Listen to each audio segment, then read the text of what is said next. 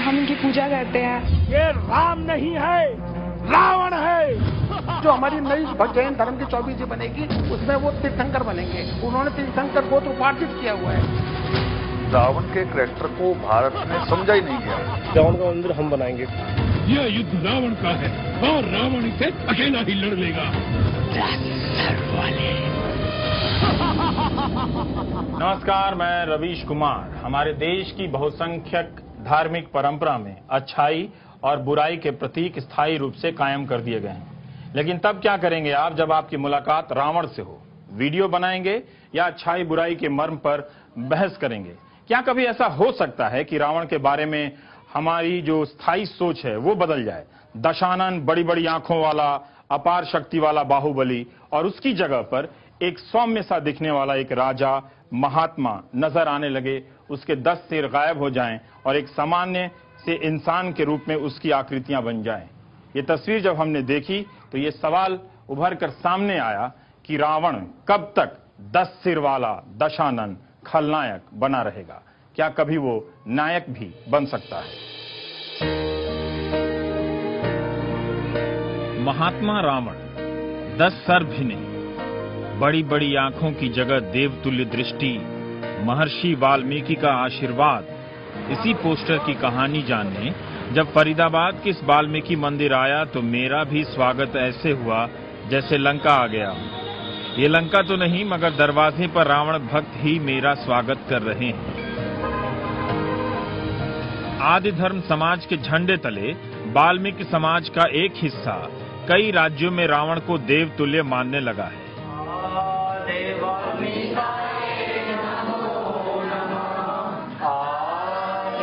इनके अनुसार रावण के साथ इतिहास ने इंसाफ नहीं किया। सीता हरण के एक भूल की बहुत बड़ी सजा मिली। इतनी ही बड़ी भूल थी तब राम ने रावण के मरते वक्त लक्ष्मण को उनके पास क्यों भेजा था?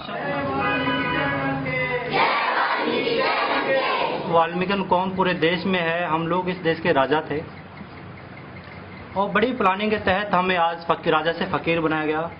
और हमारे इतिहास में कुछ ऐसे इतिहास हैं, जब आप इतिहास में डीप में जाओगे तो हमसे जुड़े हुए इतिहास हैं। महात्मा रावण जो थे, उनके टाइम में जो जातियाँ थी, द्रविड़, कोल, तिगड़म, भील, जो जातियाँ थी, हम लोग उनमें से हैं। महात्मा रावण की आस्था परमात्मा वाल्मीकि दयावान में थी। हम लोग परमात्मा वाल्मीकि दयावान को अपने इष्ट के रूप में, परमात्मा के रूप में देखते हैं और महात्मा लंकापति रावण को अपने महापुरुष के रूप में देखते हैं।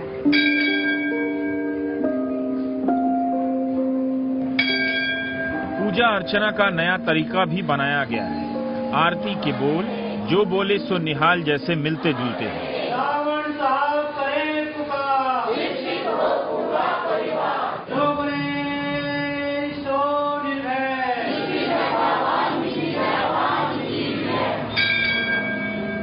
ये लोग अपने बच्चों के नाम भी रावण वंश परंपरा के हिसाब से रखने लगे हैं।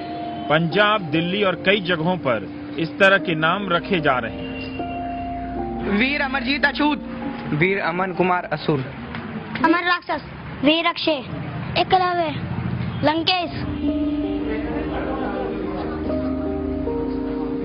असुर, लंकेश, राक्षस, इन नामों को सुनकर आप हैरान होंगे, लेकिन इन्हें कोई प्रॉब्लम नहीं। बस पहली बार नाम लिखते हुए टीचर के भी हाथ कांप गए थे। नाम लिखने से पहले हमें बुलाया, उन्होंने हमसे पूछा कि भाई आप इस तरीके से भद्दे शब्द क्यों लिख रहे हो अपने आप नाम के पीछे।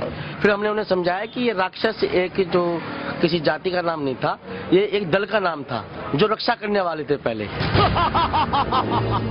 जब मैं रावण नाम बताता हूँ तो कई बार लोगों को लगता है कि सुनने में मिस्टेक हुई है।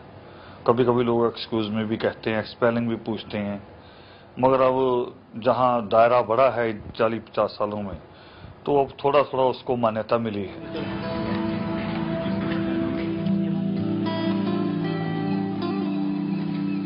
यहाँ तीनों भौजाई और नंदे रावण की आराधना कर रही हैं। इस कमरे में सिर्फ रावण की ही तस्वीर है। आप लोग महात्मा रावण जी बोलते हैं नहीं?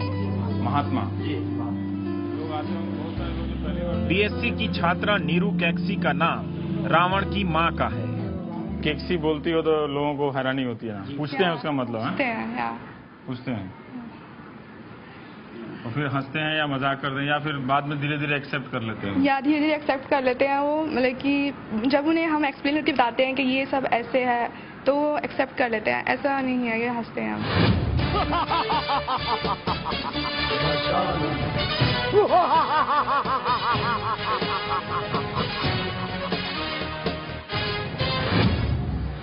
एक दलील एनवायरमेंट फ्रेंडली जैसी है। रावण यज्ञ परंपरा का विरोधी था। यज्ञों में पेड़ों की आहुति दी जा रही थी। आदि धर्म समाज के अनुसार रावण के राक्षस दल को राक्षस दल बना दिया गया। राक्षस का मतलब था रक्षा करना। रावण के कैरेक्टर को भारत में समझा ही नहीं गया है। हमेशा होता है कि हारी हुई और जीती हुई कौम के इतिहास में कहने में लिखने में फर्क आ जाता है। तो रावण कोई किसी कहानी का पात्र नहीं है। रावण एक धर्म ग्रंथ का पात्र है जो वाल्मीकि जी की कलम से आता है। तो और वाल्मीकि कलम किसी आम राइटर की तरह नहीं चलती कि जिसका कोई हीरो है और कोई विलन है। गोस्वामी तुलसीदास ने उल्टा करके रामचरितमानस में दिखाया और उनको एक विलन के रूप में हमारे सामने दर्शाया गया। इसीलिए एक आम आदमी के दिमाग में ये छवि होगी कि रावण एक बहुत बुरा नाम है, एक बहुत बड़े इंसान थे, जबकि सच्चाई बिल्कुल इसके विपरीत है। वो पूजनीय इंसान थे और देश के बड़े बड़े उच्च कोटि के जो विद्वान हैं वो भी जब कभी आप किसी से पूछोगे तो ये कहेंगे कि रावण बहुत बड़े विद्वान थे। फरीदाबाद में 12 मुखी हनुमान की प्रतिमा की